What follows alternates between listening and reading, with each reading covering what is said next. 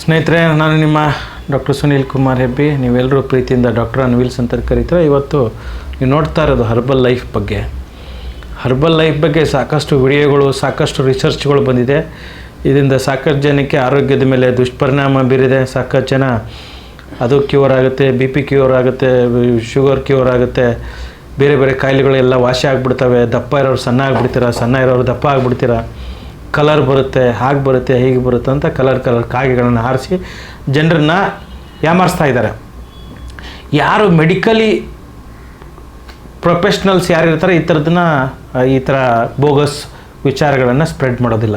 ಯಾರು ಎಥಿಕಲ್ ಆಗಿ ನ್ಯಾಯಯುತವಾಗಿ ಪ್ರಾಕ್ಟೀಸ್ ಮಾಡ್ತಾರೆ.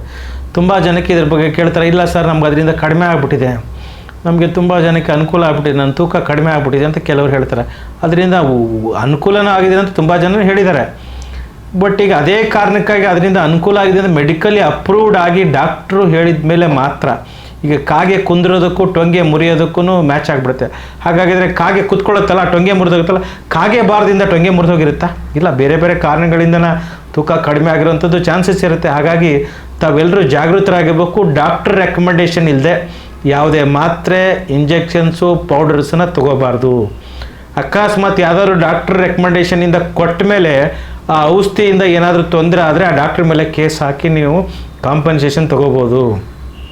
ನೀವು ಯಾವುದೋ ಡಾಕ್ಟ್ರ್ ಇಲ್ದಿರೋನು ಯಾವುದೋ ನಾನು health adviser, health insurance adviser, health ಆರೋಗ್ಯ ಎಕ್ಸ್ಪರ್ಟು, ಹೆಲ್ತ್ ಎಕ್ಸ್ಪರ್ಟು ಅಂತ ಇವು ಯೂಟ್ಯೂಬಲ್ಲಿ ಫೇಸ್ಬುಕ್ ಕಲಿಸಿ ಬೊಗಳೆ ದಾಸರು ಬಂದುಬಿಡ್ತಾರೆ. ಎಲ್ಲರೂ ಆರೋಗ್ಯದ ಬಗ್ಗೆ ಟಿಪ್ಸನ್ನು ಕೊಡ್ತಾರೆ. ಅದೊಂದು ದೊಡ್ಡ ಸ್ಕೀಮ್, ಒಂಥರ ಸ್ಕ್ಯಾಮ್. ನೋಡಿ ನಿಮಗೆ ನೀವು ಇಷ್ಟಿದ್ದವ್ರು ದಪ್ಪ ಇದ್ದೀರಾ, ಒಂದು 15 ದಿನದಲ್ಲಿ ಕಡಿಮೆ ಆಗುತ್ತೆ, ತಿಂಗಳಲ್ಲಿ ಕಡಿಮೆ ಆಗುತ್ತೆ, ಈ ಶೇಕ್ ಕುಡೀರಿ, ಆ ಶೇಕ್ ಕುಡೀರಿ, ಬಾಡಿ ಶೇಕ್ ಆಗುತ್ತೆ ಅಂತ ಹೇಳ್ತಾರೆ. ಇದು ಯಾವ ಶೇಕ್ದಿಂದ ಏನು ಇಲ್ಲವೇ ಇಲ್ಲ. ಇದೆಲ್ಲ ಬೋಗಸ್ಸು, 100ಕ್ಕೆ 100 ಬೋಗಸ್ಸು. ಹಾಗಾಗಿ ನೀವೆಲ್ಲರೂ ಹುಷಾರಾಗಿ ಪ್ರಾಮಾಣಿಕವಾಗಿ ಯೋಗ ಮಾಡೋವಂಥದ್ದು, ಜಿಮ್ ಮಾಡೋವಂಥದ್ದು, ವಾಕ್ ಮಾಡೋವಂಥದ್ದು, ಹಿತಮಿತ ಆಹಾರ ವಿಹಾರ ಮಾಡೋವಂಥದ್ದು, ಒಳ್ಳೆ ಕ್ವಾಲಿಫೈಡ್ ಡಾಕ್ಟರ್ ಆಗಿರುವಂಥ ಡಾಕ್ಟ್ರ್ ಹತ್ರ ತೋರಿಸ್ಕೊಂಡು ಮೆಡಿಕಲ್ ಅಡ್ವೈಸ್ ತೊಗೊಂಡು ನಿಮ್ಮ ಆರೋಗ್ಯನ ನೀವು ಕಾಪಾಡ್ಕೋಬೇಕು. ಅದು ಬಿಟ್ಟು ಇಲ್ಲೆಲ್ಲೋ ಬೀದಿ ದಾಸರ ಜೊತೆ ಸೇರಿ ಅಥವಾ ಅವ್ರು ಇದು ಮಾಡ್ತೀವಿ ಅದು ಮಾಡ್ತೀವಿ ಅಂತ ನಂಬೇಡಿ. ತುಂಬ ಜನದ ಆರೋಗ್ಯದ ಮೇಲೆ ಪರಿಣಾಮ ಬೀರಿದೆ, ಜೀವಘಾತಕ ಆಗಿದೆ, ಸಾಕಷ್ಟು ಸಾವುಗಳು ಸಂಭವಿಸಿದೆ.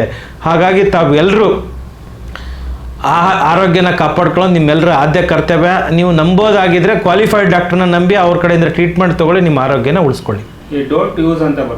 ಹೌದು, ನಾವು ಹೌದೌದು, ನಮ್ಮ ಒಬ್ಬ ರೋಗಿ ಬಂದುಬಿಟ್ಟು ನಮಗೆ ಹೇಳಿರೋಂಥದ್ದು ಇದರಿಂದ ತೊಂದರೆ ಆಗಿದೆ ಸರ್ ಅಂತ ನನಗೆ ತಂದು ಕೊಟ್ಟಿರೋಂಥದ್ದು. ಇದನ್ನು ಈ ಥರದ್ದಾಗಿದೆ, ಇದಕ್ಕೆ ಏನು ಮಾಡ್ಬೋದು, ಅವ್ರ ಮೇಲೆ ಏನಾದರೂ ಕಂಪ್ಲೇಂಟ್ ಮಾಡಬೇಕಂತ ನನಗೆ ಕೇಳಿದರು ಅವರು, ಹೆಂಗೆ ಮಾಡ್ಬೋದು ಅಂತ. ಯಾಕಂದರೆ ಅವ್ರು ಸಫರ್ ಆಗ್ತಾಯಿದ್ರು.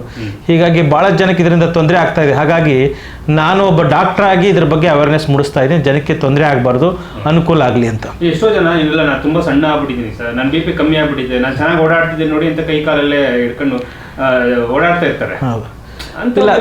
ಇಲ್ಲ ಅವ್ರು ಹೇಳ್ತಾರೆ, ಅವ್ರವ್ರ ಜವಾಬ್ದಾರಿ, ಅದು ಅವ್ರ ಜೀವಕ್ಕೆ ಅವ್ರ ಜವಾಬ್ದಾರಿ. ನಾವೇನು ಹೇಳ್ತಾ ಇದೀವಿ ಅದಕ್ಕೆ ನಾವು ಸ್ಟಿಕಾನ್ ಆಗಿರ್ತೀವಿ. ಕೆಲವರಿಗೆ ಏನೋ ಅದರಿಂದ ಮಿರಾಕಲ್ ಆಗಿದೆ ಅನ್ನೋದಕ್ಕೆ ಅದೇ ಮಿರಾಕಲ್ ಎಲ್ರಿಗೂ ಉಪಯೋಗ ಆಗುತ್ತಂತಲ್ಲ.